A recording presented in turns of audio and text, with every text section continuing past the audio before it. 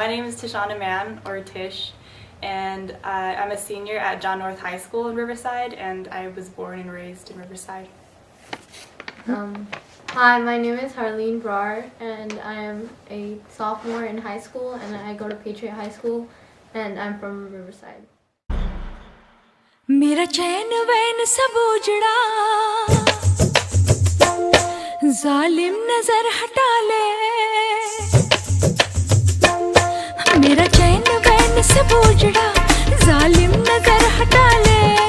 बर्बाद हो रहे हैं जी, बर्बाद हो रहे हैं जी तेरे अपने शहर वाले. मेरा चैन वैन सब उजड़ा, जालिम नजर हटा ले. बर्बाद हो रहे हैं जी तेरे अपने शहर वाले. What inspired me to go to India, I think, was just the opportunity that was available. I've always loved to travel, and I've always had an interest in other countries and cultures. And so when I was given the opportunity and I had the support behind me, I was able to go, and it was pretty fun. I've been to North India many times, and in South India it was a completely different world. They have a lot of different types of religions, and how can they live so peacefully? Where over here in America we have even more diversity and are racist against some types of people, and over there they're supposed to be less educated or exposed to that type of variety in people, and they are still living in peace.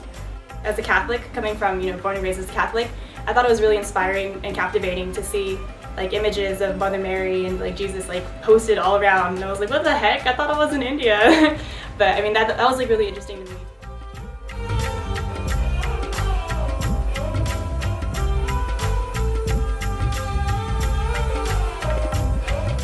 Living with a bunch of college students from UCR in India was definitely an interesting experience.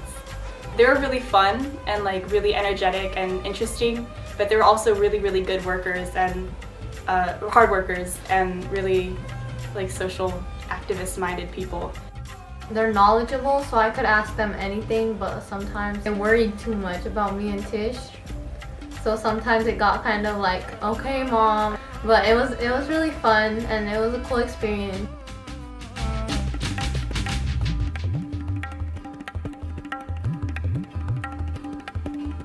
At first, I was really nervous to work with the students in India. I remember it was I think our second or third day there, and I was just getting used to being in a new world, and we had to lead a workshop, and I was really nervous about it. But afterwards, everyone told me that I did a really good job, and we both did a really good job leading it, and so it made me feel really proud, and it kind of built my self-confidence and made me realize that if you just walk into a room with enough confidence, then you can really do your thing.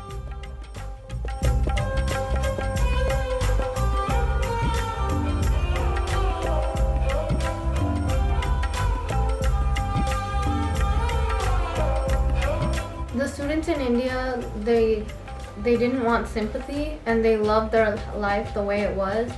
So it was really interesting working with them, especially because most of them didn't know English, and so the communication, the barrier that we had to overcome it. It was really cool to see how kids halfway around the world, how they look at life. They were probably the happiest children I've ever seen, even in America. In America, you'll see someone playing on their DS and they look all into themselves, in India, everyone was really happy. You go in there and you're thinking oh, these kids are from the slums, I wonder what that's gonna be like. You automatically think of all this poverty and all these problems and how they could have been affected by it negatively.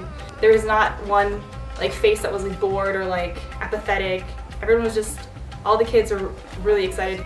One of the funniest things was it happened during one of the actual workshops, and we were putting on some kind of a display about the media, and so people chose to do different things like TV shows or movies or news reports, and one person or one group chose to do a fashion show, and one of the kids totally just did this amazing walk, and he was just strutting his stuff, and it was just really funny to see him do that. When we were at Chennai for one of the camps for the slum kids, the girls, the little girls, they were doing a dance for. They were just doing a dance for us. I don't know what they're saying, or like what like I can't communicate with them as easily as I thought I would. And I think it was really cool to experience how their culture is different from ours.